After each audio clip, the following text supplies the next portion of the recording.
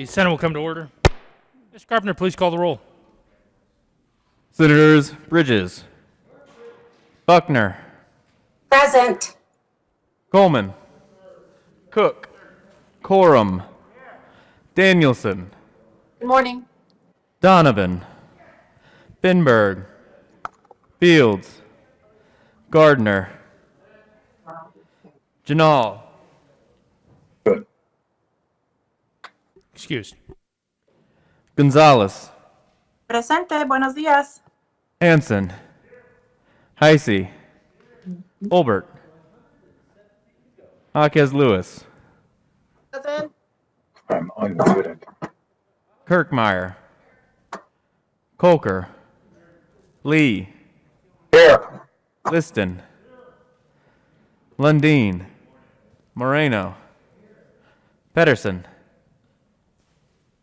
Here. Priola, Rankin, Rodriguez, Scott,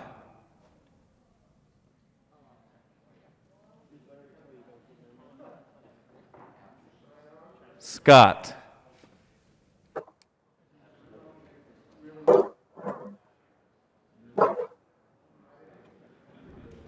Excused.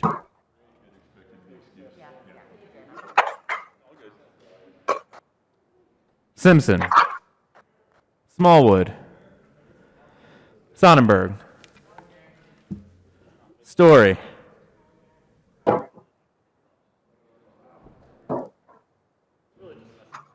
Story,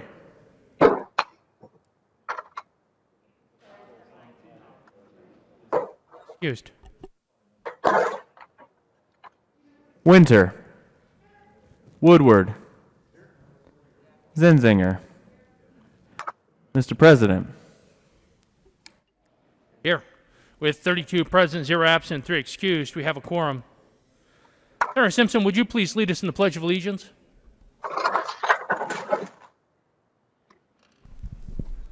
Thank you, Mr. President. It's an honor and privilege to be here with you all today and complete my first week of service in the Colorado State Senate.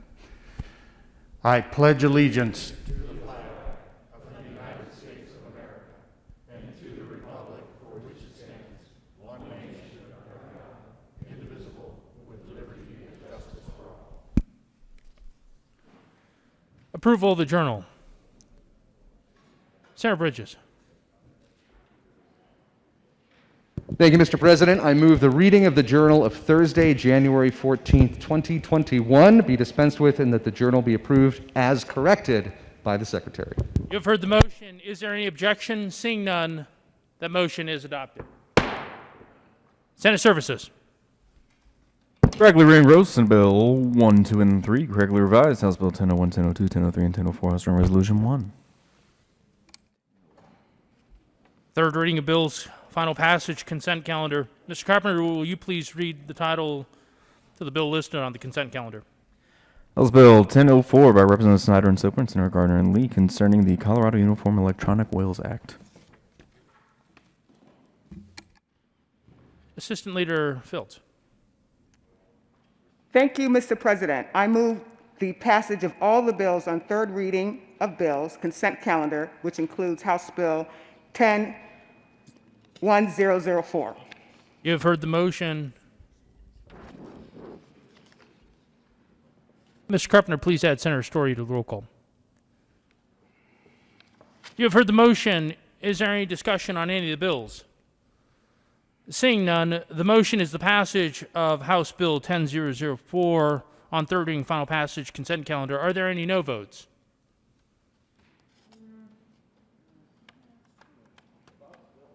With 33 ayes, 0 noes, 0 absent, and 2 excused, that motion is adopted.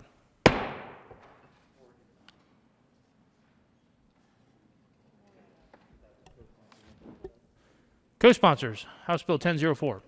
Senators Moreno, Mr. Minority Leader, Senator Fields, Coleman, Hanson, Cook, Gonzalez, Buckner, Priola, Smallwood, Pedersen, Winter, Bridges, Liston, Heisey, Hawkes Lewis, Kirkmeyer, Woodward, Rankin, Lundeen, Rodriguez, Colker. Please add the president. Third reading of bills, final passage. Mr. Carpenter, please read the title to House Bill 1001. House Bill 1001 by Representatives Escar and Senators Finberg and Holbrook concerning authorization for remote participation in political party committee meetings. Mr. Majority Leader. Thank you, Mr. President. I move House Bill 1001 on third reading and final passage. And I will warn the chamber that this is a perfect bill. If anybody tells you otherwise, that it needs any sort of change whatsoever, I wouldn't believe that person. You have heard the motion. Is there any discussion? Senator Liston. Thank you, Mr. President. Mr. President, I ask for permission for a third reading amendment. Will the good senator who is new to the chamber from Senate District 10 please explain why this body should allow you permission to offer a third reading amendment? Well, it's because I'm new, Mr. President. No, and I'm on the job training. No, in the infinite wisdom, I have to give due a shout out to one of my good constituents. Some of you all would know as our former Secretary of State, Wayne Williams. He was reviewing the bill and he caught a mistake. We left out 2 words, and he notified myself and the minority leader and maybe a couple others. And so to get it picture perfect, I asked for permission to add 2 words to the amendment L001. The motion before the body is to allow the good senator from Senate District 10 to have permission to offer a third reading amendment. All those in favor say aye. All those opposed, no. The ayes have it. And permission is granted. There is an amendment at the desk. Mr. Carpenter. Thank you, Mr. President, for Mr. Carpenter, your... please read Amendment L003. Amendment L003, House Bill 1001 by Senator Liston, amendment revised bill, page 3, line 4, after state, insert or county. Senator Liston. Thank you, Mr. President. Mr. President, what we're... Ms. I move L003. Do the amendment, sir. Very good. Members, what we left out on page 3, line 4, after the word state, we left out or county. O-R county, not our county, or county. So we're inserting 2 words, or county. And I ask for your wise vote to add these 2 words to the bill and pass L003. Is there further discussion regarding Amendment L003 to House Bill 1001? Mr. Minority Leader. Thank you, Mr. President. I think I consider this a friendly amendment, but I believe the President Pro Tem brings up a very important point. Which county?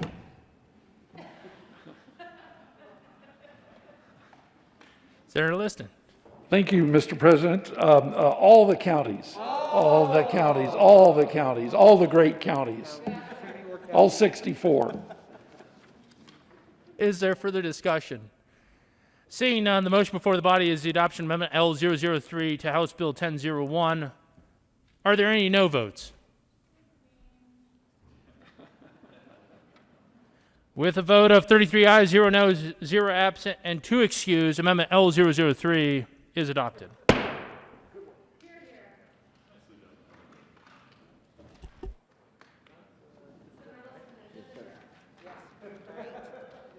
Is there further discussion regarding House Bill 10001? Seeing none, the motion before the body is the adoption of House Bill 10001. Are there any no votes? With a vote of 33 ayes, 0 noes, 0 absent, and 2 excused, House Bill 1001 is adopted. Co-sponsors, Senators Moreno, Cook, Liston, Kirkmeyer, Lee, Bridges, Woodward, Lundeen, Winter, Sonnenberg, Pedersen, Gardner, Simpson, Priola, Smallwood, Fields, Danielson, Donovan, Heisey, Buckner, Coleman, Rankin, Kolker, Zenzinger, Story. Please add the president. Mr. Carpenter, please read the title of House Bill 1002. House Bill 1002 by Representatives Weissman, Sirota, and Senators Moreno and Hanson concerning reductions in certain taxpayer state income tax liability related to state tax law changes made in 2020 in connection with making an appropriation. Senator Moreno. Thank you, Mr. President. I move House Bill 1002 on third reading and final passage. Is there any discussion? Seeing none, the motion before the body is the adoption of House Bill 1002 on third reading and final passage. Are there any no votes? With a vote of 33 ayes, 0 noes, 0 absent, 2 excused, House Bill 1002 is passed. Co-sponsors: Senators Bridges, Priola, Fields, Kolker, Coleman, Rodriguez, Hawkes Lewis, the Majority Leader, Lee, Gonzalez, Danielson, Buckner, Pedersen, Story, Winter. Please add the president. Mr. Carpenter, please read the title of House Bill 1003. House Bill 1003 by Representative Benavides and Senator Finberg concerning the conduct of legislative proceedings during a declared disaster emergency. Mr. Majority Leader. Thank you, Mr. President. I move House Bill 1003 on third reading and final passage. Is there any discussion? Seeing none, the motion before the body is the adoption of House Bill 1003 on third reading and final passage. Are there any no votes?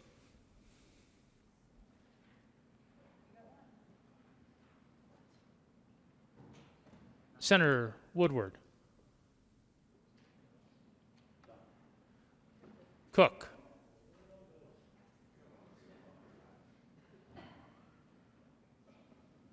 With a vote of 31 ayes, 2 no votes, 0 absent, and 2 excused, House Bill 1003 is passed. Co-sponsors: Senators Moreno,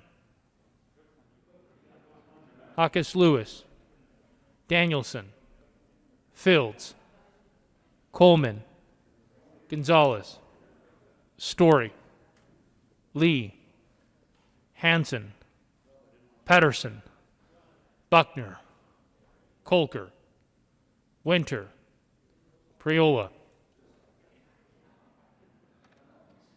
Please add the president.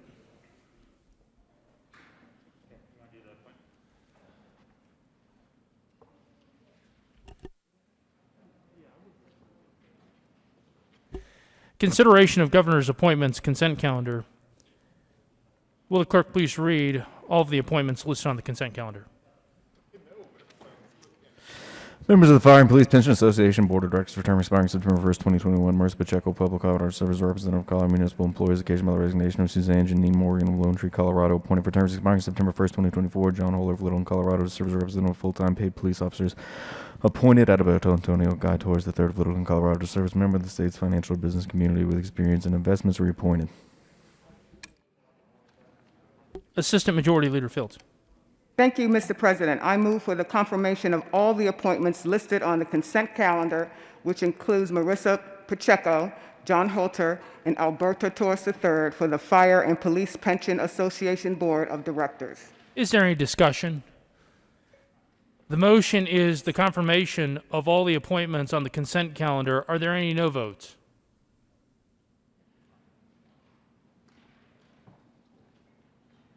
With 33 ayes, 0 noes, 0 absent, and 2 excused, those appointments are confirmed.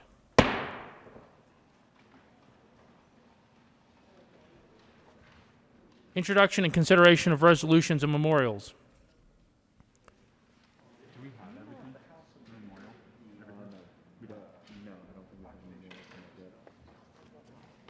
Introduction and consideration of resolutions and memorials. Mr. Carpenter, would you please read the title to Senate Resolution 003? Senate Resolution 3 by Senator Finberg concerning the appointment of officers and employees for the Senate convene in the first regular session of the 73rd General Assembly.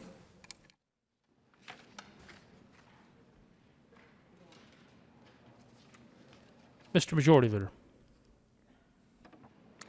Thank you, Mr. President. I move Senate Resolution 003. The motion before the body is the adoption of Senate Resolution 003. Are there any no votes?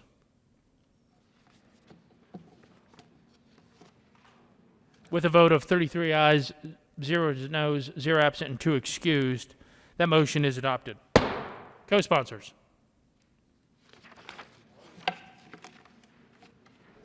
Mr. Carpenter, will you please read the title to Senate Joint Resolution 002? Senate Joint Resolution 2 by Senator Finberg and Representative Mullica concerning officers and employees of the first regular session of the 73rd General Assembly. Mr. Majority Leader. Thank you, Mr. President. I move Senate Joint Resolution 002, and I didn't explain the previous one, so just so we're all on the same page of what we are unanimously agreeing to here. The first, Senate Resolution 3, is about the appointment of the officers and employees of the 73rd General Assembly. This one, Senate Joint Resolution 2, which I just moved, is establishing the salary ranges for the General Assembly. This is a joint resolution. Both the House and the Senate will approve it. It's the same resolution we do every beginning of every General Assembly. Is there further discussion? Seeing none, the motion before the body is the adoption of Senate Joint Resolution 002. Are there any no votes? With a vote of 33 ayes, 0 noes, 0 absent, and 2 excused, SJR 002 is adopted. Co-sponsors.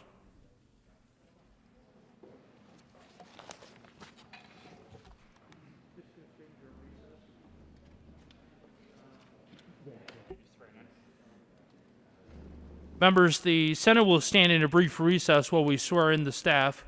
Would the sergeants please retrieve all of the Senate staff to be sworn in? The Senate will stand in a recess.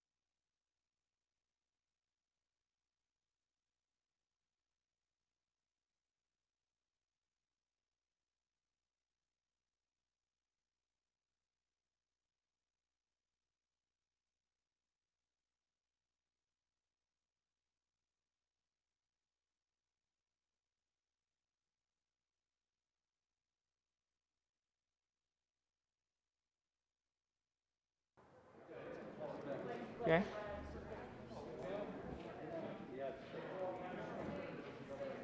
Members and staff, on behalf of both the majority party and the minority party, before you take your oath, we definitely want to thank you for all the work that you have done, and will continue to do.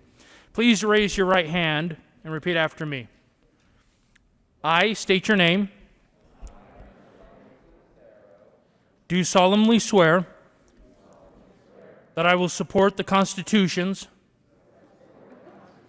of the United States and the state of Colorado, and will faithfully perform the duties of office to which I was duly appointed to the best of my abilities. So help me God. Congratulations.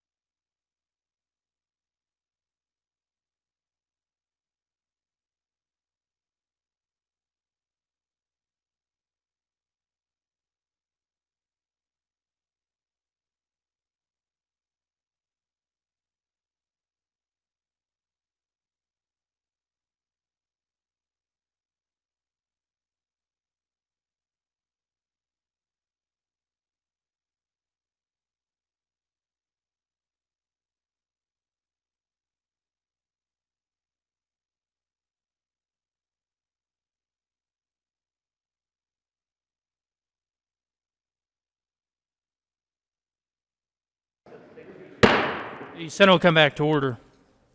Mr. Carpenter, would you please read the title to Senate Joint Resolution 003? Senate Joint Resolution 3 by Senator Garcia and Representative Garnett concerning the appointment of members of the Colorado Commission on Uniform State Laws. Mr. Majority Leader. Thank you, Mr. President. I move Senate Joint Resolution 003. The motion before the body is the adoption of Senate Joint Resolution 003. Is there any discussion? Seeing none, with a vote of 33 ayes, 0 noes, 0 absent, and 2 excused, that motion is adopted. Co-sponsors. Senators Gardner, Liston, Kirkmeyer, Lundin, Minority Leader, Priola, Simpson, Cook, Sonnenberg, Gonzalez, Lee, Heisey, Coleman, Smallwood, Woodward. Please add the President. And Senators Rankin, Majority Leader.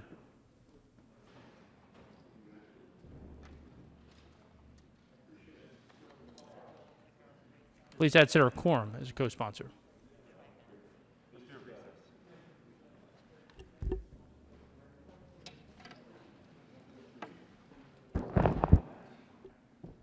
The Senate will stand in a brief recess.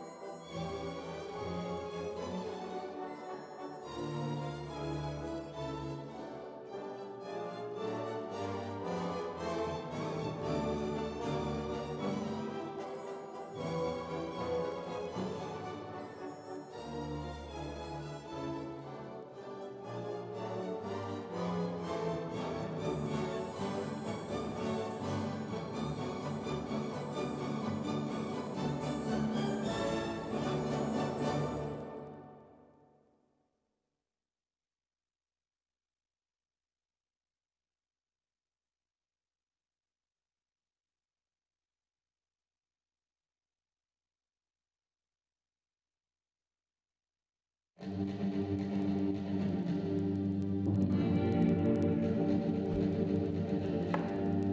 Senate will come to order. Mr. Carpenter, will you please read the title of Senate Joint Memorial 1?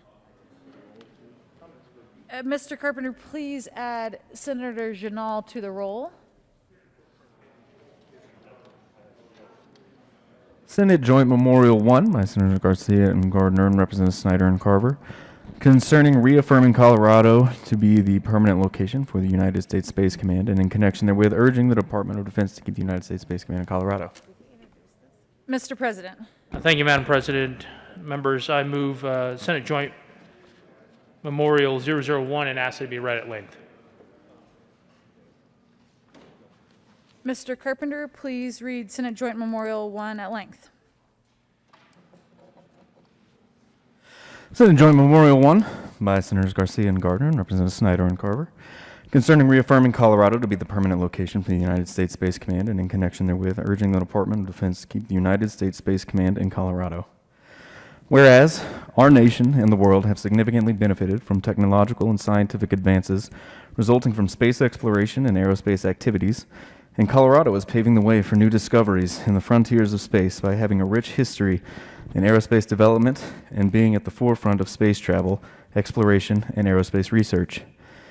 And whereas Colorado is the acting Provisional Space Command base, and it will remain the provisional base until 2023. Colorado is also the center for United States military space operations and strategy. According to the Colorado Space Coalition, CSC, the state's military commands are the primary customers for space-based research, development, acquisitions, and operations, representing nearly 90% of space-related expenditure by the military. Moving the United States Space Command, US Spacecom, to Huntsville, Alabama will be incredibly disruptive to the national defense strategy. In addition, it will cause a major upheaval in existing infrastructure and jobs in the state, which will result in higher costs and less efficient outcomes for the United States military.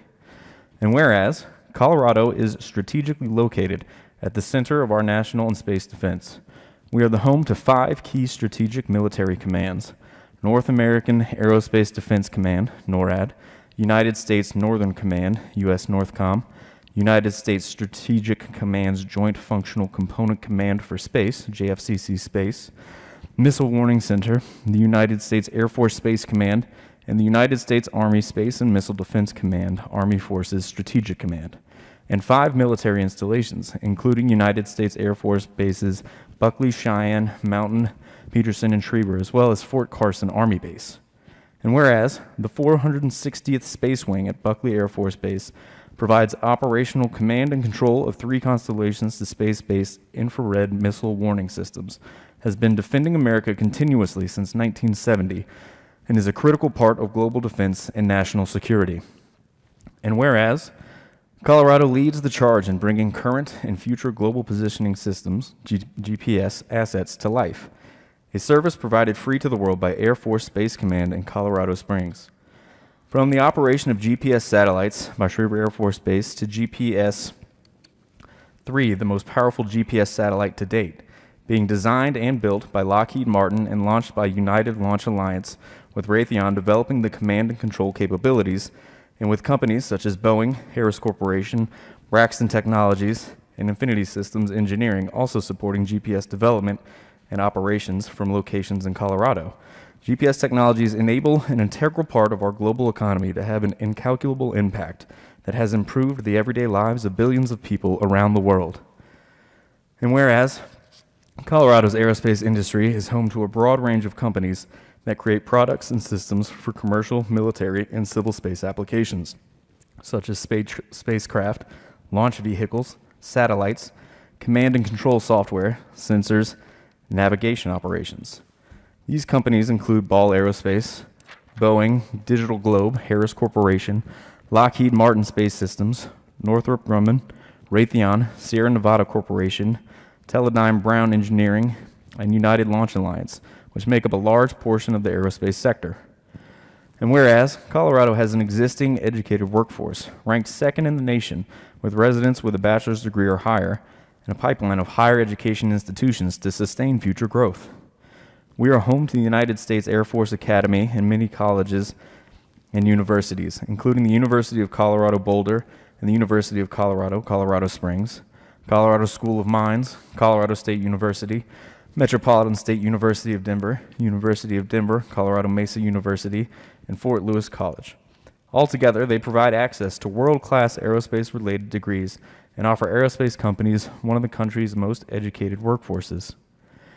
And whereas Colorado is home to some amazing research institutions, these institutions include the prestigious Laboratory for Atmospheric and Space Physics and the University of Colorado Boulder. It began in 1948, a decade before NASA, and is the world's only research institute to have sent instruments to all 8 planets and to Pluto, combining all aspects of space exploration through science, engineering, mission operations, and scientific data analysis. And whereas Colorado is also home to the National Oceanic and Atmospheric Administration's Space Weather Prediction Center, a world-leading center of predictions for the solar and near-Earth space environment, and the nation's official source of watches, warnings, and alerts of incoming solar storms, using satellite observations to protect and save lives and property. And whereas various organizations are key to Colorado's prominence in aerospace, such as the Colorado Space Coalition, a group of industry stakeholders working to make Colorado a center of excellence for aerospace. The Colorado Space Business Roundtable, working to bring together aerospace stakeholders from the industry, government, and academia for roundtable discussions and business development and to encourage grassroots citizen participation in aerospace issues.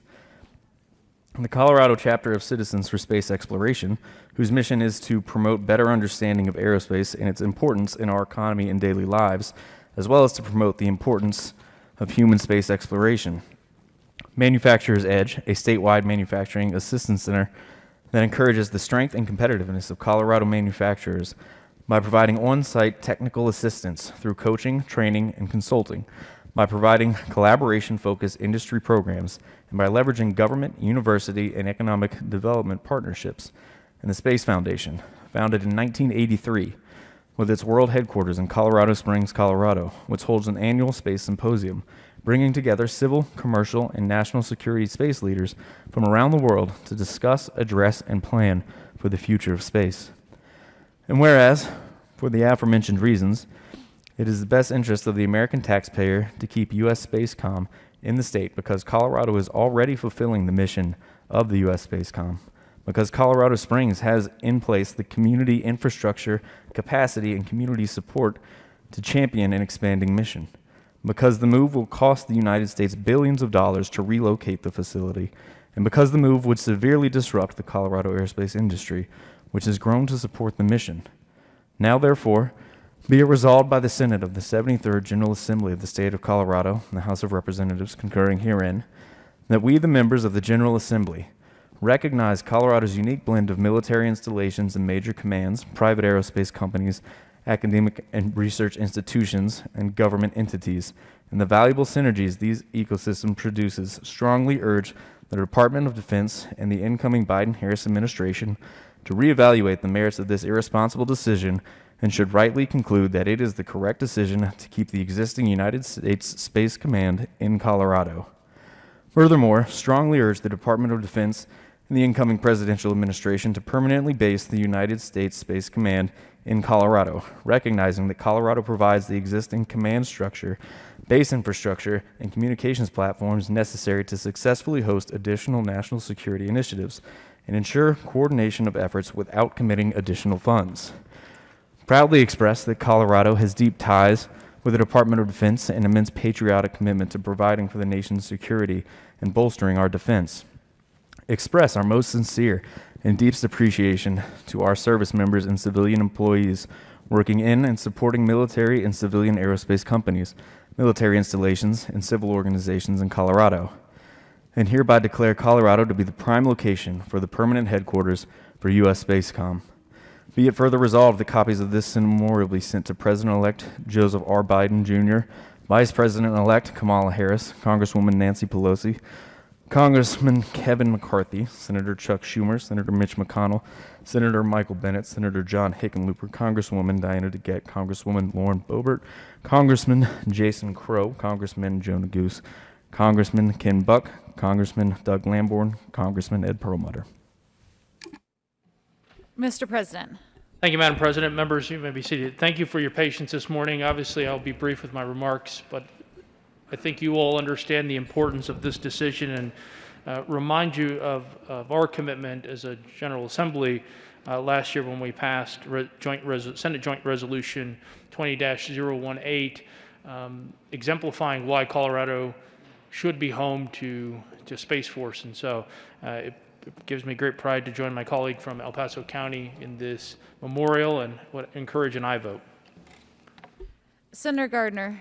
Thank you, Madam President. And I too will endeavor to be brief, but note that I was disappointed, bitterly so, this week to learn that another location had been chosen for the permanent home of Space Command, because, as you will have read in the press reports, the recommendation from the Department of Defense was that Colorado be that home, that it was without question, and it was based upon national security and the well-being of our men and women in uniform, what was the best for the country.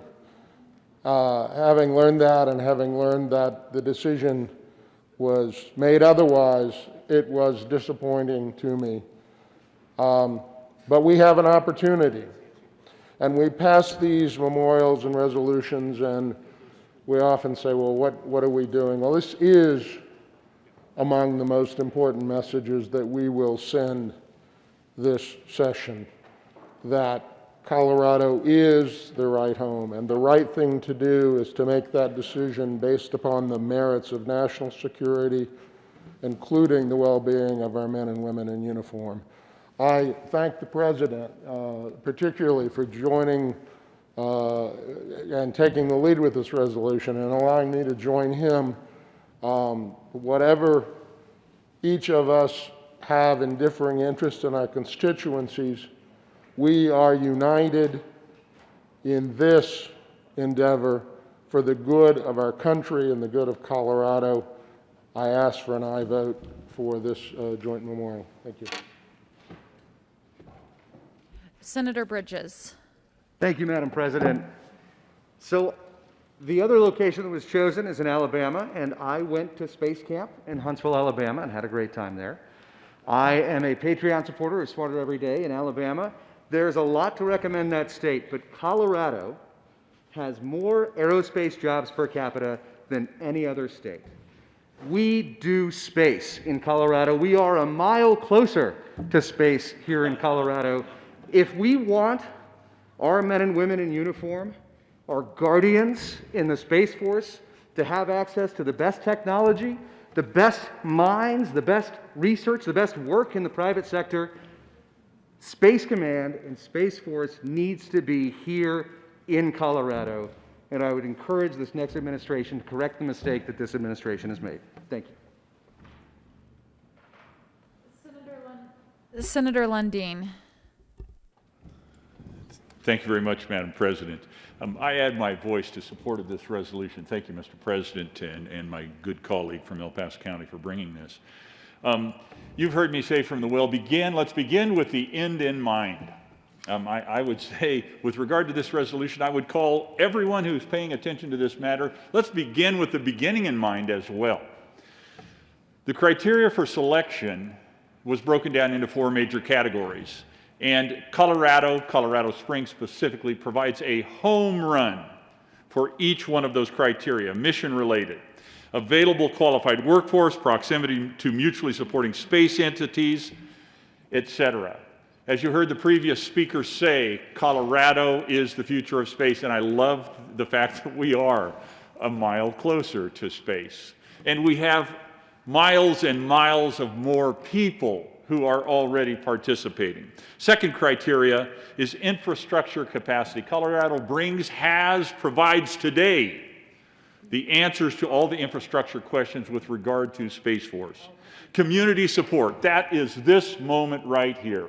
And we've heard it over and over and over again that Colorado supports Space Commands, Colorado is attentive to, Colorado will do the things necessary to advance and move it forward. And cost.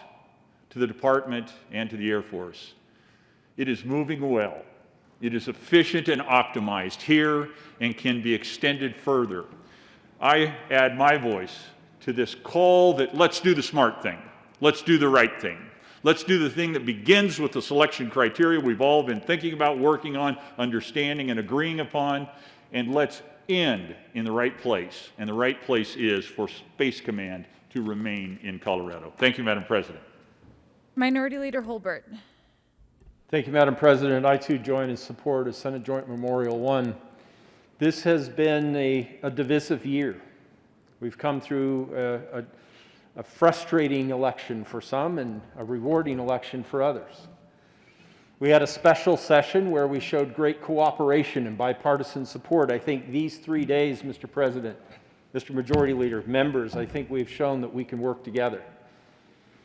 There have been frustrating and divisive events in our nation's capital. I remember former Speaker Ferrandino referring to resolutions that we send off to Congress as letters to Santa Claus, but not this time. Not this time.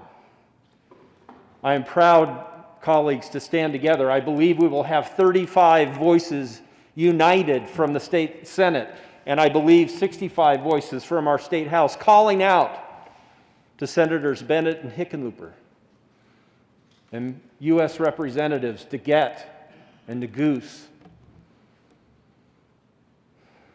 to Boebert, to Buck, to Lamborn, to Crow, and Perlmutter. This is no letter to Santa Claus. This is we, the people of Colorado, crying out. This is our opportunity to shine for our nation.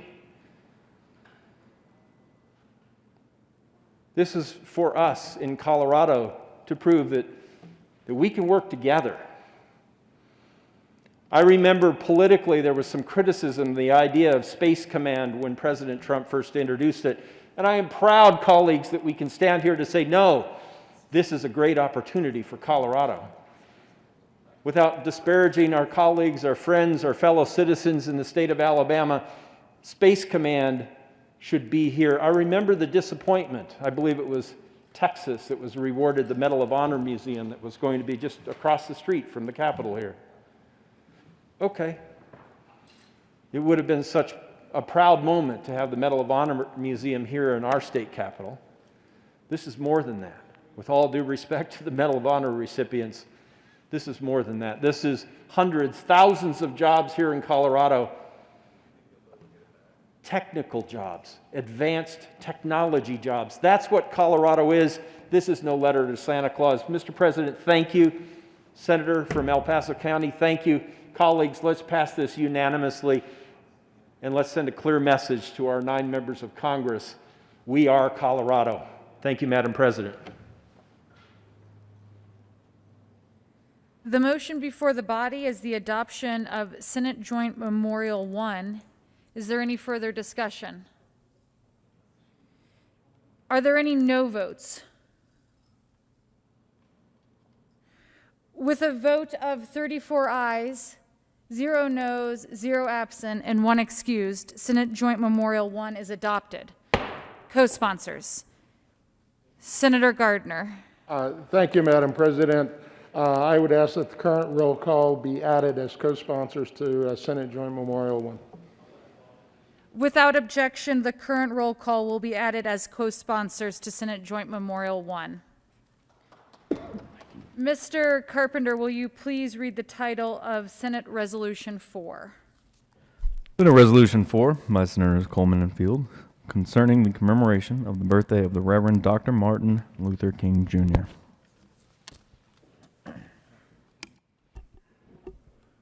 Senator Coleman.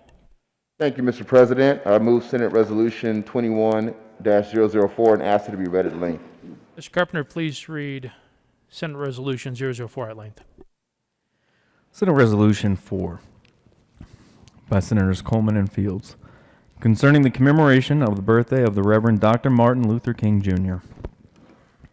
Whereas the Reverend Dr. Martin Luther King Jr. was born in Atlanta, Georgia on January 15, 1929, graduated from Morehouse College with a Bachelor of Arts degree in 1948, and graduated from Crozer Theological Seminary in 1951, and received a PhD from Boston University in 1955. And whereas Reverend Dr. King's faith, resiliency, and commitment to justice became known worldwide through his speeches, writings, and actions. And whereas Reverend Dr. King declared that the moral responsibility to aid the oppressed did not stop at the edge of his street, town, or state when he wrote, "I cannot sit idly by in Atlanta and not be concerned about what happens in Birmingham. Injustice anywhere is a threat to justice everywhere." And whereas Reverend Dr. King withstood attacks on his home and family, among numerous other threats and setbacks, standing firm in his conviction that although the arc of the moral universe is long, it bends towards justice. And whereas Reverend Dr. King led the Montgomery bus boycott, a 13-month protest beginning in 1955 against the segregated city bus lines. And whereas the Montgomery bus boycott led to the integration of the Montgomery city bus system and is widely credited as the beginning of the civil rights movement in America.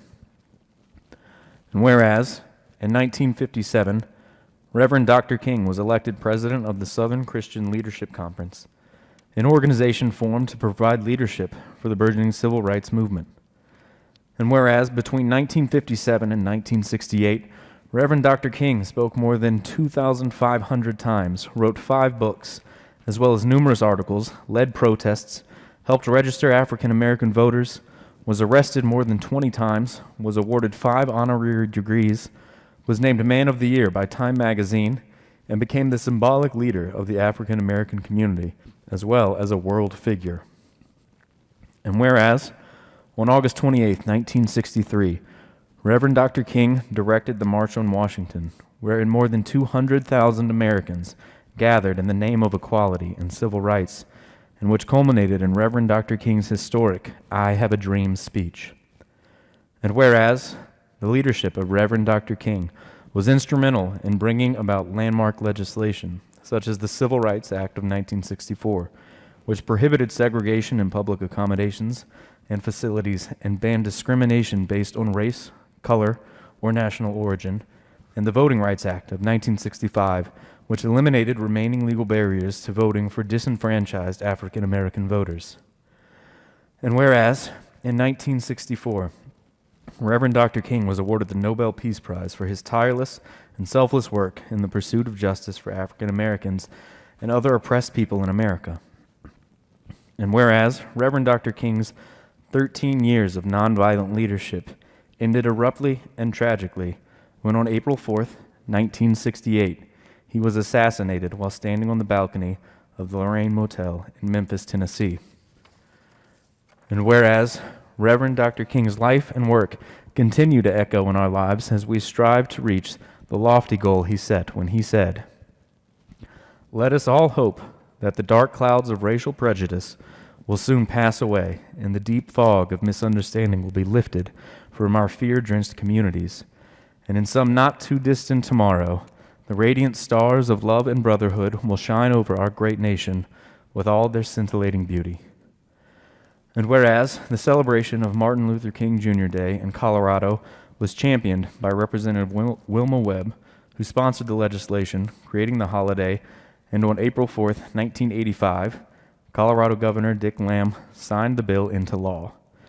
And whereas Colorado's enactment of the holiday and the annual merging of the words march and parade predicated the federal holiday designation, and the first celebration in Colorado was on January 20th, 1986. And whereas Reverend Dr. King's birthday is a federal holiday in the United States and a state holiday in the state of Colorado, which is celebrated each year on the third Monday in January. And whereas on Monday, January 18th, 2021, we celebrate the 35th anniversary of Reverend Dr. King's holiday. Now, therefore, be it resolved by the Senate of the 73rd General Assembly of the State of Colorado that we, the members of the Senate, hereby encourage appropriate observances, ceremonies, and activities to commemorate the federal and state legal holiday honoring the Reverend Dr. Martin Luther King Jr. throughout all cities, towns, counties, school districts, and local governments within Colorado. Be it further resolved that copies of this resolution be sent to the President Donald Trump, Honorable Governor Jared Polis, the Congressional Black Caucus, the National Black Caucus of State Legislators, and the members of Colorado's congressional delegation, Senators Michael Bennett and John Hickenlooper, and Representatives Diana DeGette, Jonah Goose, Lauren Boebert, Ken Buck, Doug Lamborn, Jason Crow, and Ed Perlmutter. Senator Coleman. Thank you, Mr. President. Members, please take your seats. Sit if you'd like. Mr. President, if it's all right with you, we'd ask that Senator Janet Buckner please share words at this time. Senator Buckner is recognized. Thank you, Mr. President. And to my fellow senators, this is an honor for me to be able to speak today on this special day as a newly sworn in senator in this hallowed chamber. I am so honored. Martin Luther King's legacy remains important today because many of the struggles he fought for are still unresolved. At the end of King's life, he advocated that all Americans receive full health care benefits, a quality education, and a living wage. These are the same important ideals that I have been working for my entire life, and as my 5 years as a legislator. You know, these are the basics of human existence. Healthcare should be a right for all. Education must be a right for all. And a living wage is necessary for our survival. 87% of Black Americans today say they face a lot of discrimination in the United States. Colleagues, I am in that number. As a Black woman in the United States, I've always been treated differently than my white counterparts. And as all of you get to know me better, you will know that I am just about as transparent as I can be, and I will always share my feelings with you. I have experienced more racism in my life than you can even imagine. But I will never give up hope. When I go into department stores, I am still followed by security. People clutch their handbags when I walk by them. When workers come to my house, they assume I am the help and not the owner of that house. These are just a couple of examples of what I face on a daily basis, but I will not give up hope. So today, let's resolve to have courageous conversations about race and look through my lens, through me, and I will look through your lens. And these courageous conversations can lead to better understanding. If not now, when? I'm getting older, and I want my grandchildren and my children to have the same hope I have. So if not now, when? And you know one thing I know for sure, and it's my mantra, we all want the same thing for ourselves and our families. I know for sure that we are all more alike than unalike. We all want the same things for ourselves and our families.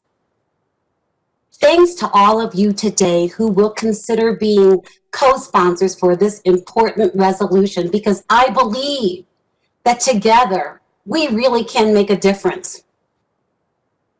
Let's just not make this Martin Luther King Day, but let's have this same ambition every day. A day of hope, a lifetime of understanding and peace and love. And thanks to my dear friend, Honorable Wilma Webb, for her tireless work in the legislature and in Colorado to make this day, Martin Luther King Day, such an impressive day. So I still have a dream. I'm not giving up on that dream. And even though we may not always agree, come on, we can do this together. I know we can.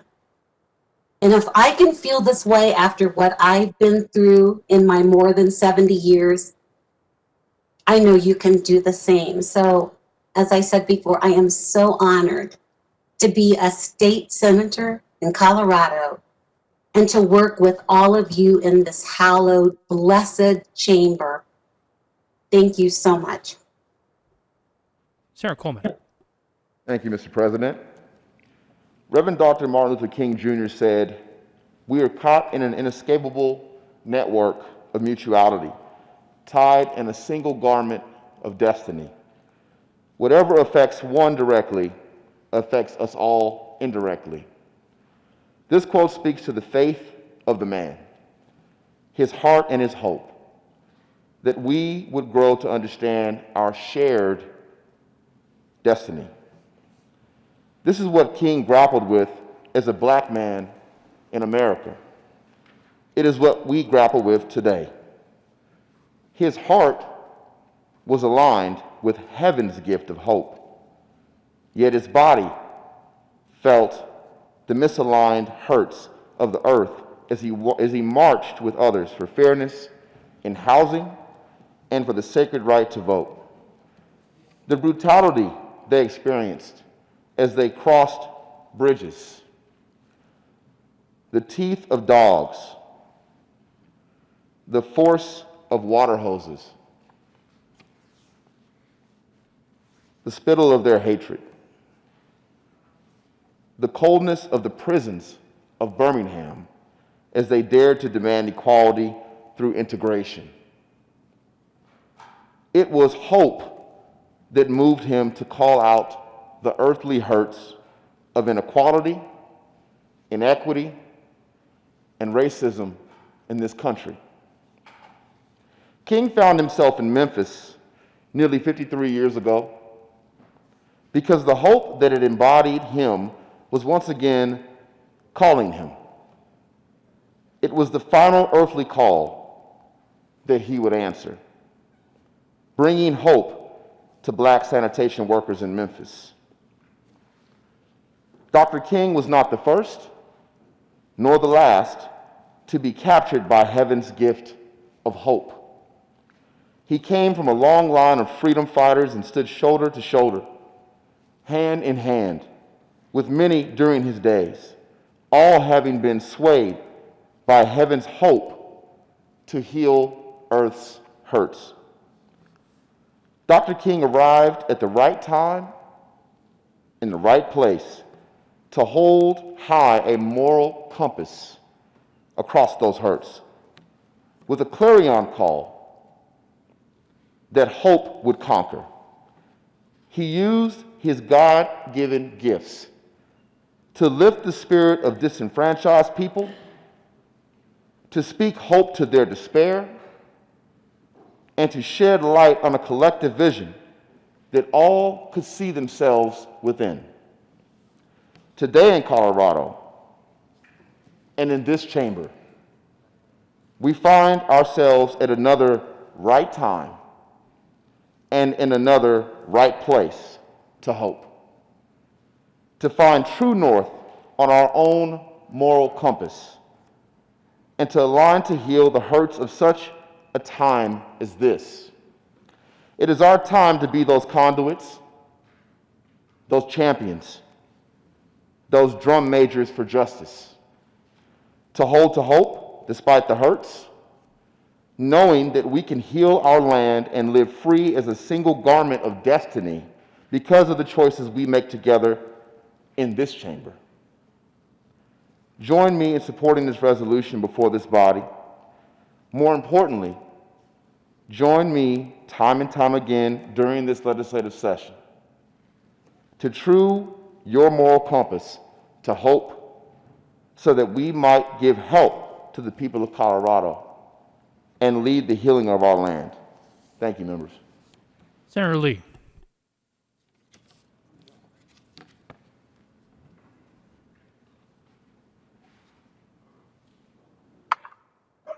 Thank you, Mr. President. I appreciate it. I had to figure out how to unmute myself. I thank my colleagues from Denver for sponsoring this resolution to honor Martin Luther King.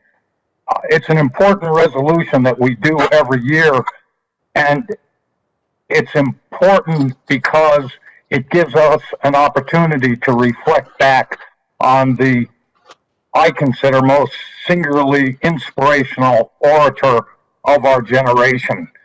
In this chamber where we are led by words, which are the currency of the day, Dr. King really captured the imagination of millions of people who were marginalized and excluded from the American dream. People of color, despite the Declaration of Independence, were denied fundamental rights and opportunities. But Martin Luther King articulated the pain of millions of poor and the agony of the dispossessed. He became the conscience of our nation. He inspired millions of young idealists and old idealists, I would suggest. And his iconic words resonate with us today. When I was in Atlanta, I went to the Ebenezer Baptist Church and to the King Museum and bought a book which contained, in addition to the letter from a Birmingham jail, a number of the iconic quotes of Dr. King. And amongst them, I want to recite a few to you today. The ultimate measure of a man is not where he stands in moments of comfort and convenience, but where he stands at times of challenge and controversy. He then said, the time is always right to do what is right. Another, in the end, we will remember not the words of our enemies, but the silence of our friends. In his letter from a Birmingham jail, he said, injustice anywhere is a threat to justice everywhere. We are caught in an inescapable network of mutuality tied to a single garment of destiny. Whatever affects one directly affects us all. I think it's uniquely important in this time, at this moment, that we remember the words of Dr. King. In 1963, he said, with a tremendous metaphor, we refuse to believe that the bank of justice is bankrupt. So I want us to stop and think for a few minutes about the bank of justice. Because whether we realize it or not, we are all custodians of the national account in the bank of justice. We may be tempted to view the bank of justice as a savings account, one into which the progress of history moves towards greater equality, increasing the amount, and our progress in sweeping away the ugly vestiges of terrible chapters of our past increase our balance. And thus we make regular deposits and build up the balance in a positive direction. But recent history illustrates that we don't have the luxury of always taking this view. The balance in the bank of justice goes both ways. Statements of racial divisiveness write checks out of the bank of justice for narrow partisan gain, scapegoating communities of immigrants who work and pay taxes and support their families and pursue the same American dream that our own ancestors did, write checks out of the bank of justice. Engaging in loose talk of violence towards a person, a community, or even an entire nation has consequences, and to do that is to write checks out of the bank of justice. referring to the homelands of our neighbors in derogatory terms draws down the account.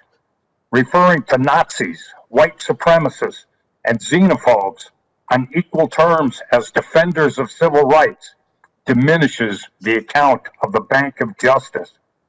We need to take our role as custodians of truth and justice seriously. We must make deposits into the Bank of Justice. We make deposits when we promote equal opportunity and social justice, when we pass laws to reduce mass incarceration, to utilize restorative justice, and to rebuild communities, when we eliminate racial disparities in our schools, when we stand up to slurs against women, against LGBTQ people, against immigrants. We do that when we make laws at the Capitol, the laws that we make here, fair for everyone, not just for some or the privileged few, is how we make deposits to the Bank of Justice. In the words of Dr. King, 1963, we refuse to believe that there are insufficient funds in the great vaults of opportunity of this nation. So we should refuse to believe that too, and we should do more than that. We should actively contribute to the Bank of Justice every day. We must honor Dr. King by actively contributing to the vaults of opportunity by the actions that we take in this Capitol. Thank you for bringing this resolution. I stand in strong solidarity. Senator Winter. Thank you, Mr. President. Thank you to the sponsors of this resolution. I stand in support of this resolution and want to talk a little bit today about the legacy of Dr. Martin Luther King and how we continue to live it. One of the best quotes and favorite quotes that often gets turned into memes on Facebook and other tweets is, "The arc of the moral universe is long, but it bends towards justice." And that arc isn't easy to bend. It actually takes a lot of work. And we have romanticized the civil rights movement. We have children's books that portray Rosa Parks as being a tired woman that once sat down. But in reality, it was 2 years of deep organizing and training and work to make sure once the boycott started, people could get to work. There was direct organizing trainings that made sure that she was safe when she sat down. It wasn't a decision that happened in one day. It was 2 years of work and organizing. And that organizing continues today. And organizing is building power through people and making sure that we are working fiercely every single day to build that arc. And a lot of that work isn't seen. And I want to thank all the organizers out there that wake up every morning to build power through people and bend that arc. One of the people that Dr. Martin Luther King trained and worked with was John Lewis, who we lost this year. He didn't just sit at a lunch counter one day to be yelled at and spit on and arrested. It was decisions. The Freedom Riders didn't just get on a bus one day and say, "We are going to go register people, Black people in the South, and make sure we're protecting voters' rights." They did trainings and they had meetings, and probably a lot of boring meetings. And today, we see the legacy of organizing in our cities. This year, that organizing has been more important than ever, as we've seen Black Lives Matter come to the forefront and demand justice. It's not a coincidence that the intern and the Reverend of John Lewis were just elected to the Senate from Georgia. It's not a coincidence that we've seen organizers from all over the country come out and say Black Lives Matter. And I just want to take a moment to acknowledge all the organizers and all the work and all the behind the scenes people that do the day in, day out meetings and trainings to bend the arc towards justice, because it wasn't just a tired woman that sat down. It wasn't just a college kid that sat at a lunch counter. It wasn't just a man that gave a speech. It takes all of us together with collective action to make the difference we all want to see. Minority Leader Holbert. Thank you, Mr. President. Thank you to the resolution sponsors. Always an honor to join in support of the recognition of the work, the life, the legacy of Dr. Martin Luther King. Some of you have heard these stories before with new members in the chamber. I thought I would come down and share my perspective. I was a child. I was too young to really understand who Dr. King was and his work. I was born in February of '61, and my earliest memory, I've shared before, occurred in the grocery store on the south side of Glenwood Springs. It was November 1963, and my earliest memory started when the women in the grocery store began to scream because they'd heard of the death or the shooting of President John F. Kennedy in Dallas. I wasn't quite 3. I was 7 when my parents were discussing the evening news, and the man, Dr. Martin Luther King, had been killed, assassinated, shot. My mother raised me to be fascinated by diversity, race, culture, food, not to be afraid of it or to stick with just what I knew, but to be curious and get to know people and to not be afraid of that. When I was 11, my family moved to South Carolina, and I've shared before the memory of being in the 5th grade on a very hot, sandy playground in the 5th grade, and for the first time hearing people, my classmates, describe themselves as being superior to other people because of this wrapping paper that God puts us in. I truly didn't understand that people actually believed those things until I heard kids my age describing other people of a different color as being of lesser value. I asked my mom about it. Is that what racism is? People actually believe that. And I'm not here to describe myself as perfect. We all need to learn from each other, but I was shocked at that. So I didn't come here to tell you about me. I came here to tell you about the adults in my life who are inspired by Dr. Martin Luther King. My mother is one.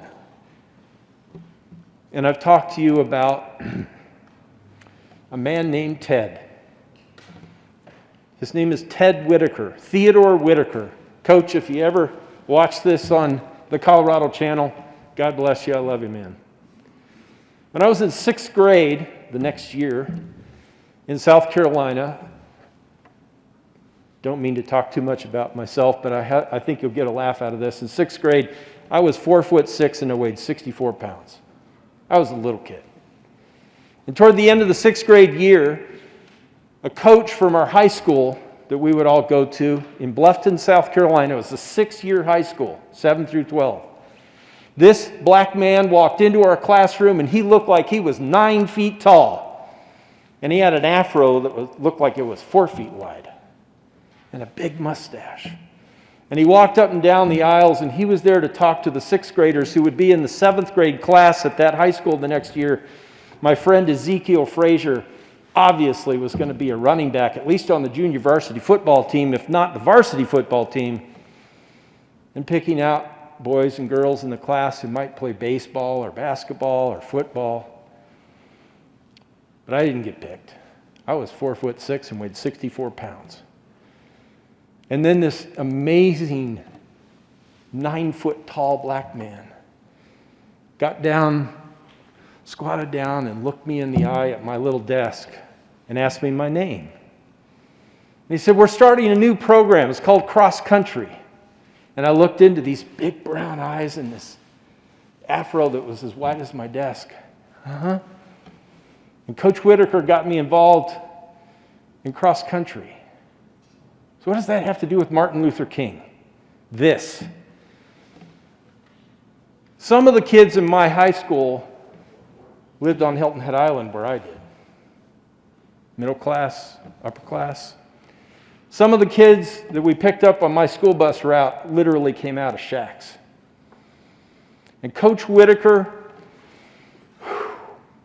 the lessons that he taught us to never complain about what we didn't have, but to succeed, to find excellence, to achieve excellence in what we did have, to take the diversity of the class, the students at that high school, H.E. McCracken High School in Bluffton, South Carolina. It's not there anymore.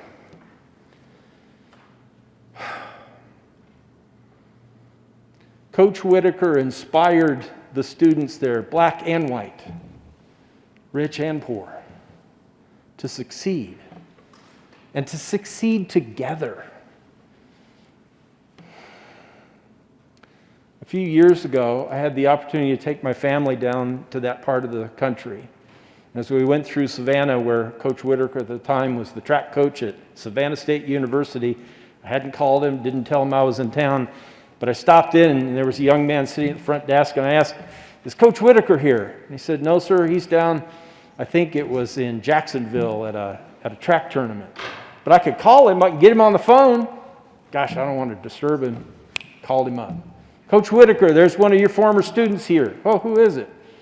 "I haven't been in Coach Whitaker's presence for like 35 years. And the student said, "Oh, it's a guy by the name of Chris Holbert." He said, "Put him on the phone." He was like, "Chris, you ran 2-mile track for me." He started naming off my times. I don't know how teachers remember things like that, but he remembered me.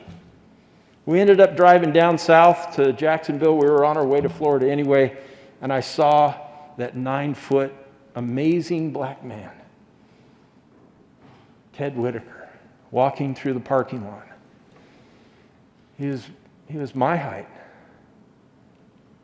He wasn't 9 feet tall, he was my height. He didn't have a big 4-foot wide afro. He had white hair pulled back into a ponytail. And he walked across the parking lot and shook my hand and then hugged me. And I poured my heart out to Ted Whitaker, and it was about the legacy of Dr. Martin Luther King. "Coach, I don't know how much you know about me or where I am, but I'm in the Colorado legislature now. And when I have the opportunity to come and talk about the Martin Luther King resolution each year, I talk about you and my mom." Now, Coach Whitaker, he has a little bit more Malcolm X in him. We're not here to talk about Mr. Malcolm X. But I don't think Coach Whitaker really understood how much it means to me, the example that he gave to me and my mom. So I'm not here to talk about me. I'm sorry to focus so much, but as a child of the 60s, I want to give a shout out to my late mother and my track coach, Ted Whitaker, for showing me how to build the content of my character, for giving me an example as an adult to not judge you or anybody by the color of your skin, but the content of your character. They taught me those things because Dr. Martin Luther King inspired them to see the world that way. Thank you, Mr. President, for this time. Thank you to the sponsors. I'm proud to have my name on this and ask you to join us. Thank you to Dr. King for giving such a great example to young men and women in this nation. It lasts yet today. Thank you, Mr. President. Senator Priola.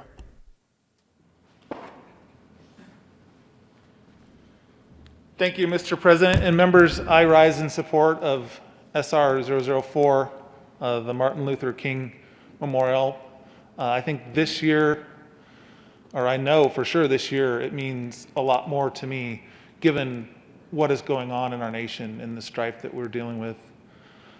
I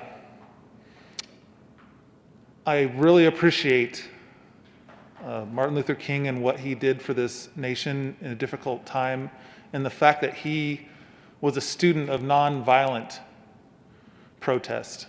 And he learned that, I believe he learned that from what Gandhi had done or imparted earlier, 20 years earlier in India. I had this thought during the Good Senator from Centennial's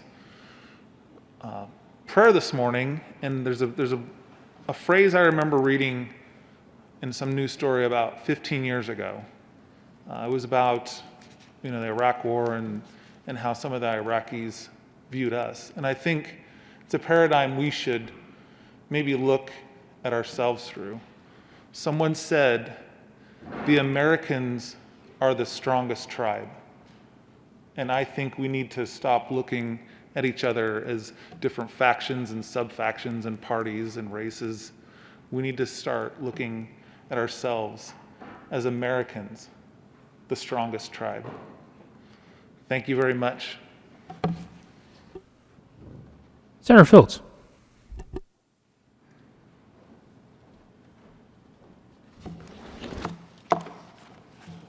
Thank you, Mr. President and colleagues, as we celebrate the legacy and life of Dr. Martin Luther King.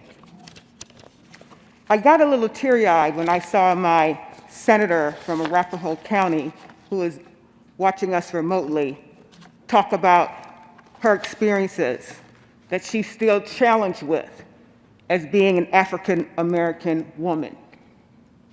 That hurts. That here we are in 2021, that she feels that there's still racism. And it is, it's real, and that she's confronted with that on a daily basis. But what she did say is she still has hope. And so I agree with you, Senator from Arapahoe County. I still have hope as well. So my challenge for each of you today is to be like King. Be like King. Be like King in your actions, in your words, and in your interactions with others. Be like King. But in order to be like King, you also have to be like Coretta Scott King. A lot of times we forget the women of the movement, like Rosa Parks, who refused to take a seat in the back. I stand on her shoulders today. Women played a very important role in the civil rights movement. So I encourage you to be like Coretta Scott King in her spirit in supporting the movement, and also to be like King. So today, I wonder, what if King was alive today? What would he think about the violence of what has happened this past summer, or the events that we saw on our U.S. state capitol? What would he say? I'm sure that King would encourage each of us to resolve social and economic challenges in a very peaceful way. You know, Dr. King shared his dream with the world in Washington, D.C., at the top steps of the Lincoln Memorial. He gave voice to justice, fairness, and equality. He reminded America that the Negro, the African American, the Black, me, we are America too. He said, I have a dream. I have a dream that one day this nation will rise up and live out the true meaning of its creed. We hold these truths to be self-evident, that all men are created equal. I'm going to add that all men and women are created equal. With his voice and with his words, he created a movement, the civil rights movement. So right now in 2021, we don't have Jim Crow laws. There was a time when hospitals were separated. Water fountains were separated. Schools were separated. But that's not what we have today. I remember when I first heard the speech, I Have a Dream. I remember as a young girl watching the speech on TV, and I felt like he was talking to me when he said, I have a dream that my 4 little children will one day live in a nation where they will not be judged by the color of their skin, but by the content of their character. I thought he was talking about me. He was talking about my promise, my potential, my ability to have access to the American dream. But you know, the dream has not been fulfilled. That's why I'm challenging you each to be like King. And by that I mean we need to suspend judgment when it comes to people's colors of their skin or people's diversity or their differences. We need to suspend judgment and give people an opportunity to share their thoughts and their ideas in a way that is respectful. So we must build on the legacy of Dr. Martin Luther King. So let's continue to keep his dream alive in the work that we do here in the State Senate chamber. Thank you. Is there any further discussion? Seeing none, the motion before the body is the adoption of SR 004. Are there any no votes? With a vote of 34 ayes, 0 no, 0 absent, and 1 excuse, SR 004 is passed. Co-sponsors, Senator Coleman. Thank you, Mr. President. I ask that the current roll call be added as co-sponsors to SR 004. Seeing no objection, the current roll call will be added as co-sponsors on SR 004.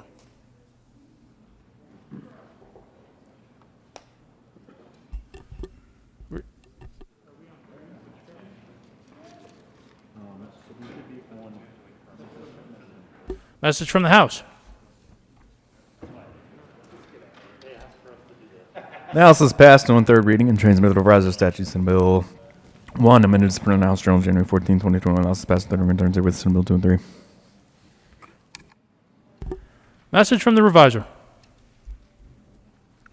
We herewith transmit without comment as amended Senate Bill 1. Consideration of House amendments. Will the clerk please read the title to Senate Bill 001? Senate Bill 1 by Senators Winter and Puyallup and Representatives Harrod and Sanders concerning modifications to programs enacted to provide relief to certain businesses impacted by severe capacity restrictions due to the COVID-19 pandemic. Senator Winter.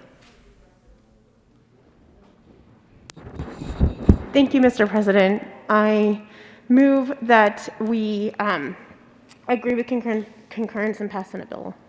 Is there any discussion? The motion before the body is that the Senate concur with House amendments on Senate Bill 001. Are there any no votes?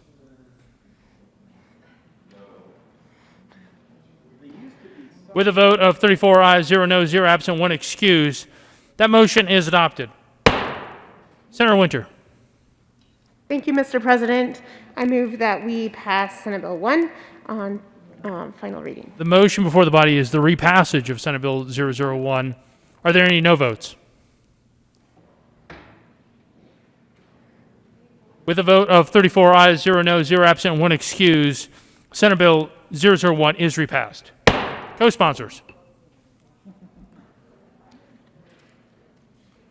Senators Danielson, Story, Pedersen, Buckner, Hawkes Lewis, Janal,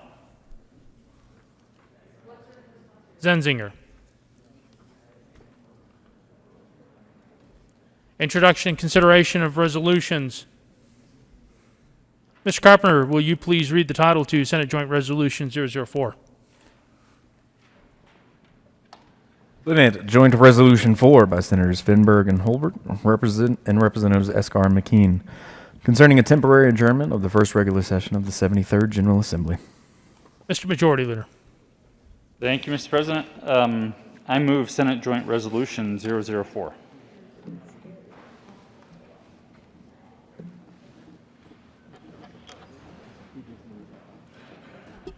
The motion before the body is the adoption of Senate Joint Resolution 004. Are there any no votes? Mr. Majority Leader. Thank you, Mr. President. I'm not sure if that's in folks' folders, so maybe let's take a brief senatorial 5 to make sure. The Senate will stand in a brief recess.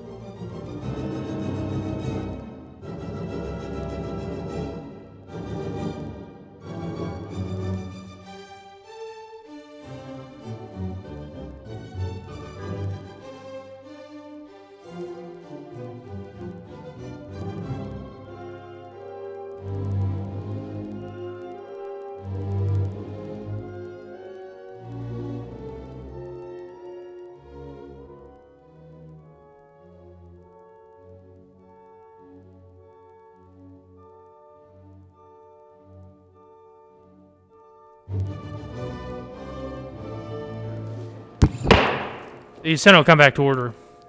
Introduction and consideration of resolutions. Mr. Carpenter, would you please read the title to Senate Joint Resolution 004? Senate Joint Resolution 4 by Senators Finberg and Holbert and Representative Escar McKean concerning a temporary adjournment of the first regular session of the 73rd General Assembly. Mr. Majority Leader. Thank you, Mr. President. I move Senate Joint Resolution 004 and ask for an aye vote. Is there any discussion? Mr. Minority Leader. Thank you, Mr. President. This is the first time that we've seen, or at least that I've seen something like this, but if you read the resolution, you'll see that we are adjourning until February 16th, or unless the President and the Speaker agree to call us back before then, which is different. When the Majority Leader puts us in recess until 1 or 1:30 and they're going to come back and read bills and we don't have to be here, means you can't come back before then, but you can come back after that. We take a senatorial 5. We don't put a clock and, oh, 5 minutes are up or 5 seconds. So this is different. It was frustrating with the rule change that we made. I appreciate some of the amendments. Just want to call to your attention that this condition now exists, that something may happen and the President and the Speaker may call us back. Thanks to our colleagues in the House, that will have at least 24 hours notice. And Mr. President, I know you live a distance from the Capitol. On behalf of the more rural, distant members, if this has to happen, Mr. President, I would ask if you could please give all of us 48 or 72 hours or a week, but we don't know what the future holds. What might bring us back? We don't know. So I did want to call your attention to that, members. I have agreed with the Majority Leader to put my name on this. The rules now are the rules, I guess. But I did want to have the opportunity to come up and call your attention to that. I don't know that that's a reason to vote no. We did, as the minority caucus, I believe, all vote, or most of us at least, against that rule change. But here we are. Do we adjourn until February 16th and not come back if there is emergency, or do we embrace this new condition? That is the decision that you have for yourself to make on behalf of you and your constituents. But Mr. President, I did want to come up and just urge you, and I know that you will. I don't want to suggest any doubt. But please, if we do need to come back before February 16th, if you could please give us as much advance notice. You can let me know and I'll communicate that, or you can let us all know at the same time through an email or whatever that might be. But again, especially for the good senator from Montrose, that's a long drive on a warm, sunny day. That can be an impossible drive on a snowy, dark night. So 24 hours, that might not get it. He's only got 9 fingers left, so I'll get out of the way and he'll give us at least 9 reasons that he needs more time. Thank you, Mr. President. Members, you have my commitment and the Majority Leader's commitment that we will do our best to keep you informed. I'd encourage an aye vote on this, and we... You're right, I should not imply for the Majority Leader. But we did have a lot of conversation about this at the Executive Committee, and don't mean by any means to surprise any members. Senator Quorum. Thank you, Mr. President. That is greatly appreciated. This is my 11th year, and I remember a few years back, opening day. I could not get here my usual route, had it ended up going through Senator Simpson's district in San Luis Valley to get here. A long drive. You know, recently we had special session. I left here, it was 8.5 hours getting home. And I just checked the weather report, and it looks like I will be staying over tonight because of road closures. So anybody who wants to, you locals that only have a short distance, I am open for dinner. Thank you. Further discussion. Mr. Majority Leader. Thank you, Mr. President. Members, I don't disagree with anything that's been discussed. Just want to clarify that the change around potentially coming back earlier is a change in Joint Rule 44. So it is theoretically, it is a temporary change. This is not going to become the norm. I also don't expect that we will be calling ourselves back in prior to February 16th. We just figured something could come up. It seems like a month is a bit of a lifetime in this country at the moment, and who knows what's going to happen. There could be action taken by Congress that will require us to come back sooner to distribute funds or something like that. So we just wanted to not completely close the door. There will obviously be a lot of work still happening. JBC will be hard at work, whether they like it or not during this during this recess. And there will, as we've discussed, there will also be Smart Act hearings and the like. I will also say, I was joking that the president couldn't commit for me that I would provide as much notice as possible. I'm honored that this body thinks we could ever assemble ourselves with less than a week's notice. If any of you were part of the conversations about do we do a special session, do we not do a special session over the years, to get through that phone tree and the back and forth and plans, it usually takes like 2 or 3 months. But the 24 hours I'm comfortable with. I can almost guarantee you that we would not do it within 24 hours anyways, or potentially even 48 or 72 hours. I think that would be a bit of a miracle if we can pull it together by then too. But you have our word. We will let you know with as much notice as possible, and I suspect there will be several conversations that lead up to that decision before it is made anyways. But Mr. President, that's all I've got on this resolution. Mr. Minority Leader. Thank you, Mr. President. And members, we don't want to speak about this too loudly, but if you remember the last day of the last session, not the special session, we were trying to get out of here before the people over in the other chamber. And this resolution is starting here. I just asked the secretary, and she says she's not aware of any other business that we need to do after this resolution passes, and we might be able to leave our colleagues in the House here beyond the time that we are. Fantastic. Yay. Thank you, Mr. President. Is there any further discussion? Seeing none, the motion before the body is the adoption of SJR 004. Are there any no votes? Senators Cook, Rankin, Smallwood, Kirkmeyer, Liston, Gardner,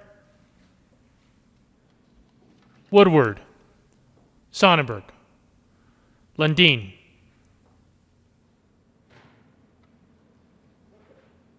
With 25 ayes, 9 no votes, 0 absent, and 1 excuse, SJR 004 is adopted. Co-sponsors. Announcements. Please add Senator Gonzalez as a co-sponsor and Buckner on SJR 004. Senators Hawkes Lewis, Senator Story,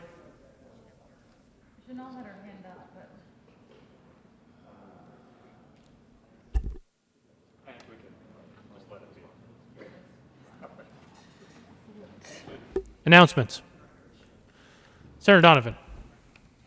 Thank you, Mr. President. I With regard to the minority leader's request for expediency, I totally agree, so I'll make my announcement quick. But I did want to announce that I will be going on a statewide listening tour focused on Colorado's agricultural industry from January 18th to January 25th. I'm excited about visiting my colleague from Sterling's community and learning more from him as well as others. If any of my colleagues would like to join me on any part of this, would love to have you.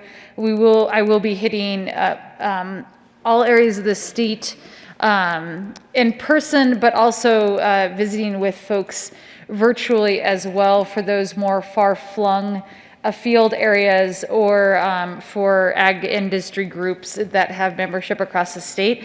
So all are welcome. Please direct any inquiries towards me or my office, and we would love to have you join. Thank you, Mr. President. Senator Winter. Thank you, Mr. President. I request a moment of personal privilege. Granted. Members, coming back this week was probably the most interesting beginning of session I've ever had, both because of protecting ourselves from a pandemic, and also we knew that state capitals around the country were being warned about potential violence like we saw last week. And that weighed heavy on us. It also weighed heavy on our families, and it weighed heavy on those that are charged with protecting us. And I want to give a special thank you to our State Patrol, who are here to protect and serve and to protect us. And I want to share a story about how one member went above and beyond last night. My 9-year-old daughter, Sienna, who many of you have bought Girl Scout cookies from, and she will be selling them again, hopefully, when we come back in February. She saw the 6 o'clock news on 9 News. And they said the FBI is worried about violent protests at state capitals across the country. And as I read her a story last night to go to bed, she was crying. She didn't want to go to bed. And she said, "Mom, I'm worried you're going to go to work and die tomorrow." And I said, "We're safe. We've had these briefings. We have very brave people that protect us." And I could only tell her so much and console her. And so it's 9:15 at night, and I text Mike Hahn, and I say, "Are you up?" And he texted back, and he said, "Yes, I'm up." So I called him, and I said, "My daughter's very worried about my safety, and I want to thank you and your team for everything you've done this week to make us feel safe. Will you please talk to my daughter?" And so last night at 9:15, while my daughter sat in bed in tears, worried about my safety, Mike Hahn assured her that I was safe. He talked about his children at home and what he tells his children when he comes to this building every day to protect us. And we all made decisions to come here knowing that our safety could be at risk, and our State Patrol has stepped up and done an incredible job. And so when Mike Hahn says he's here to protect and serve, he went above and beyond last night at 9:15 to serve and calm my 9-year-old daughter down. And I want to thank him and every single State Patrol person that's been here this week to protect us, to make sure we can do the work of democracy. So thank you. Further announcements. Sarah Phillips.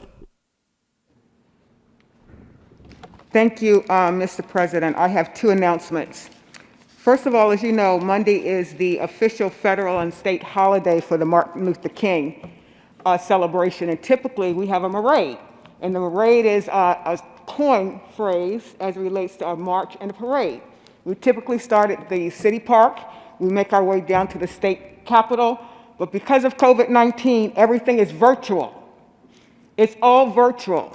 So there's a lot of events and a lot of activities, and if you want to follow the commission in reference to the activities and events, it's going to be live streamed on Facebook and then also on YouTube. And so if you want to get more details, just go to the Colorado Martin Luther King Holiday Commission and you can get all the details there. The other announcement, Mr. President, I have is about a couple of joint SMART hearings that we have coming out. So on Friday, January the 22nd, there's going to be a joint Health and Human Service Committee. It's going to start at 10 o'clock. It's all day. And if you want to know the presentations, you can find that on page 3 on your calendar today. Also, on Tuesday, January the 21st, we're going to have another SMART hearing. There's going to be 8 presentations. That's all day. That's at 9 o'clock. And the joint session will be with the House Human Services and House Energy and Environmental Committee, as well as with our Health Committee.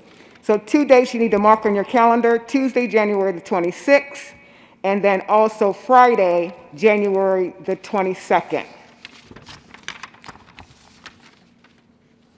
Senator Fields.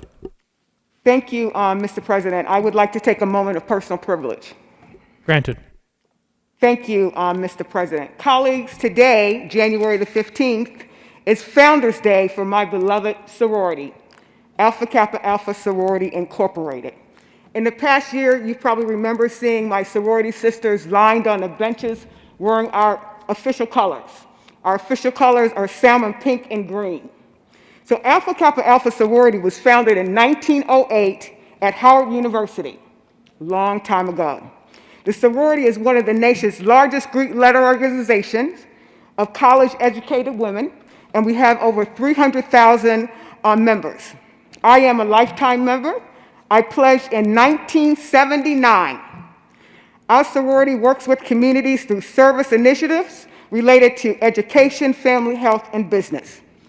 Some of our members are people like Rosa Parks, Coretta Scott King, Jada Pinkett Smith, Alice Walker, the author of Colored Purple, Ella Fitzgerald, Alicia Keys, Gladys Knight, and our very own Senator Janet Buckner is a member of the sorority. But what we're most excited about is next week, my sorority sister has been voted in as Vice President-elect. Camilla Harris is also a member of Alpha Kappa Alpha sorority. That's the reason why I joined this membership over the years, is because of the work we do. We do good. And so I'm happy to celebrate the Founders Day of Alpha Kappa Alpha Sorority, which was founded in 1908. Thank you, members. Senator Buckner.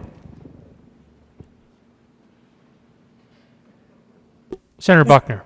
Mr. President, thank you. I would just like a moment of personal privilege as well, as a segue to what my sorority sister, Senator Rhonda Fields, just spoke about. I attended Ball State University in Muncie, Indiana, and when I was a freshman, I was asked to go through Pledge and Rush because of my grades and my social abilities. Well, I joined an interest group on campus with some other smart, beautiful, talented young Black women, and our goal was to become a charter for Alpha Kappa Alpha National Sorority. We had very strict guidelines, and after 2 years, we met all the requirements of cultivating and encouraging high moral standards, high academic standards, community service, and promoting unity among college women and service to mankind. And we became the first Black national sorority at Ball State University in 1964. I was a charter member of Beta Phi chapter of Alpha Kappa Alpha, and I am so proud. My sorority sisters at Ball State University in my chapter went on to become doctors, lawyers, business owners, teachers, college professors, and state senators. Who knew? And now, vice presidents of the United States of America. Pearls are our symbol of solidarity, refinement, resiliency, and women. So happy Founders Day to my sorority sisters. 113 years ago, we were founded, and our founders knew what we needed to survive.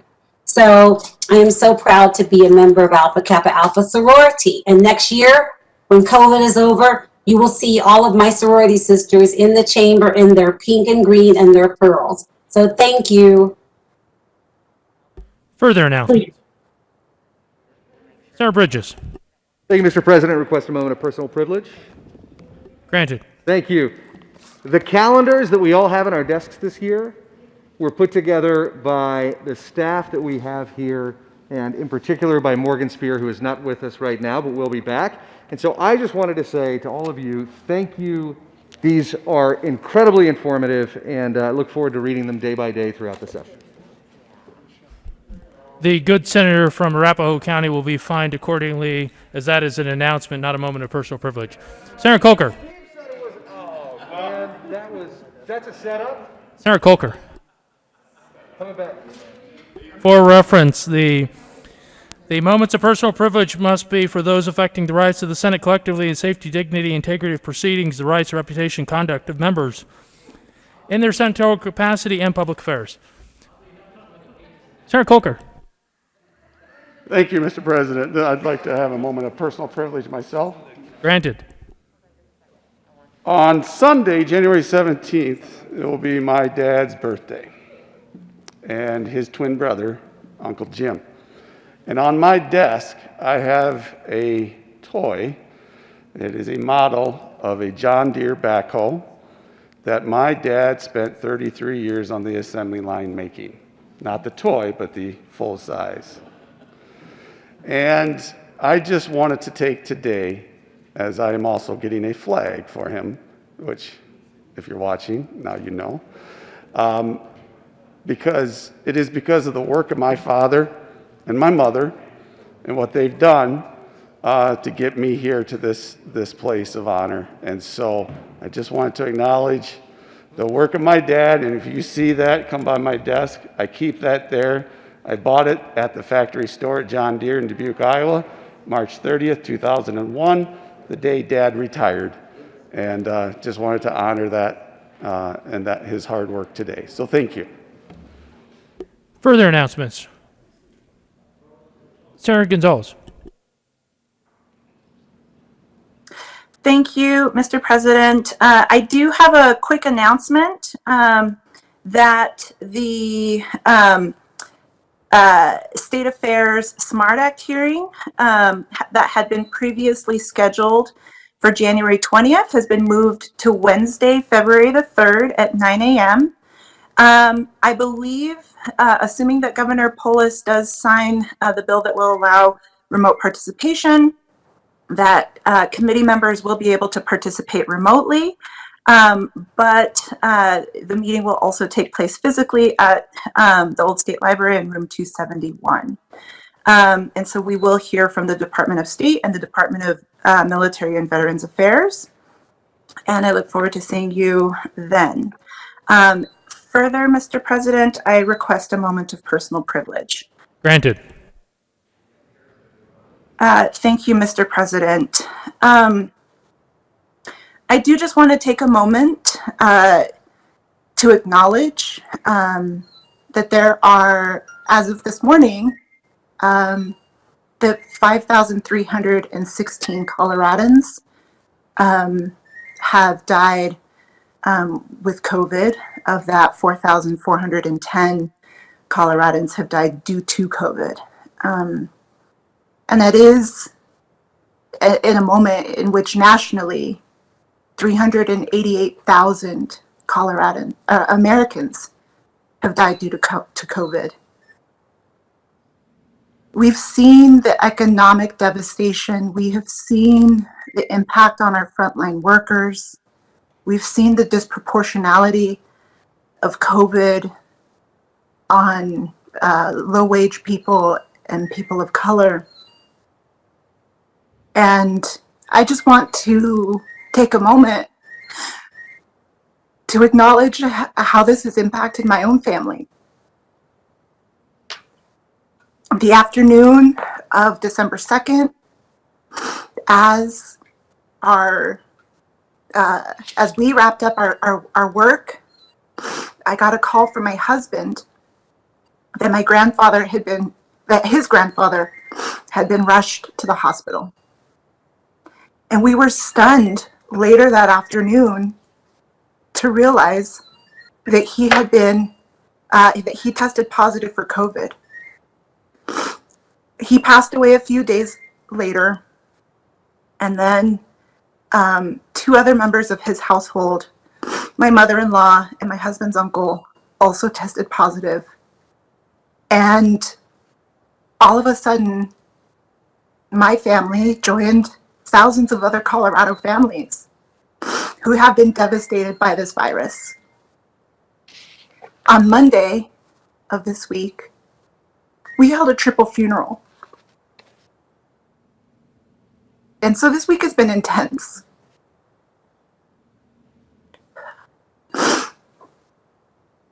You know, last week, while we were writing obituaries for our 3 loved ones, we also witnessed an insurrection in our nation's capital. And so this week has been surreal. It's brought up emotions for me personally, and I can imagine for all of you as well, around anger or fear or anxiety or hopelessness. Watching these insurrections in the midst of a pandemic, in the midst of a racial reckoning, excuse me,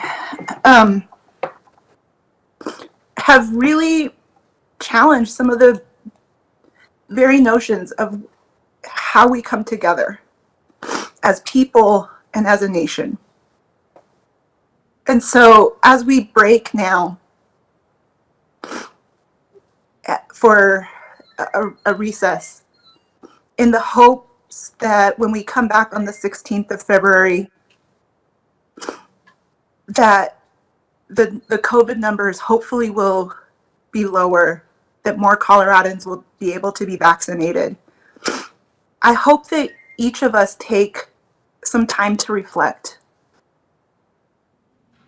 to check in with ourselves, with our families, and with our constituents about race, about justice, about patriotism, that we can be a source of light for each other and uphold truth, because this pandemic is so real, it is so devastating.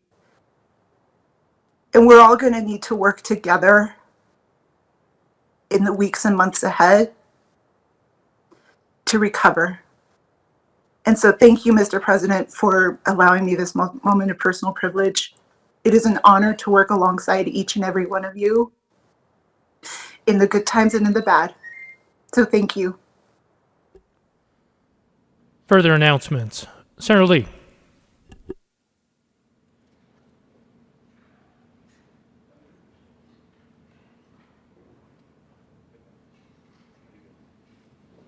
Senator Lee.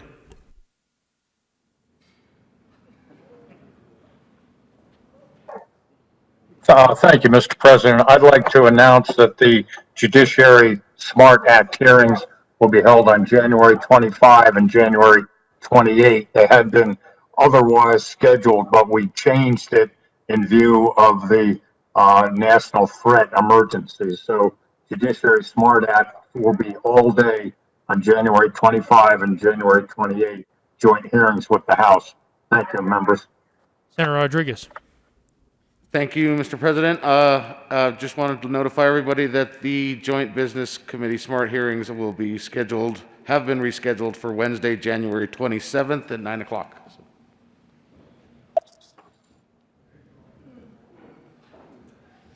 Senator Zenzinger.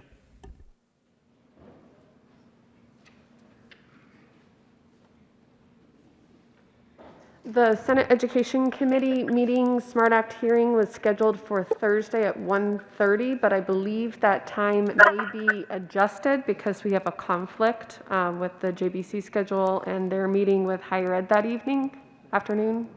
So just look to your inboxes for an adjustment to that meeting time.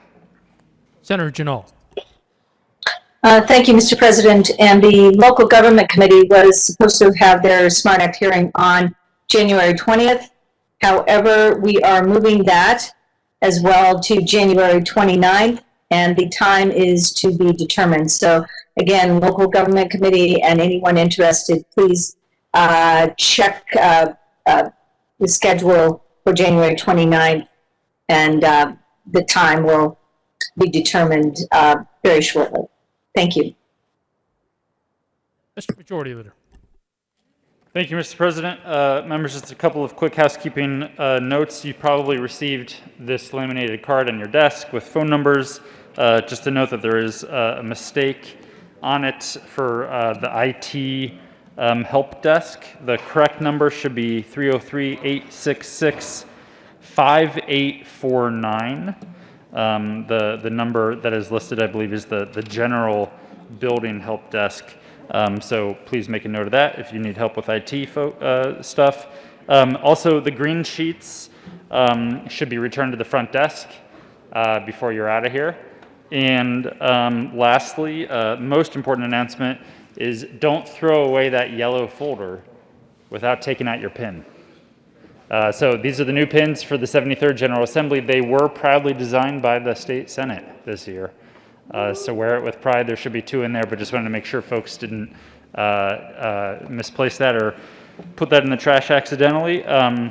Mr. President, I think that's all we have. I think we will be getting out of here before the House. Thank you all for your efficient work over these last few days. Mr. President, I move that the Senate adjourn until 10 a.m. unless we give 24 hours notice on February 16th.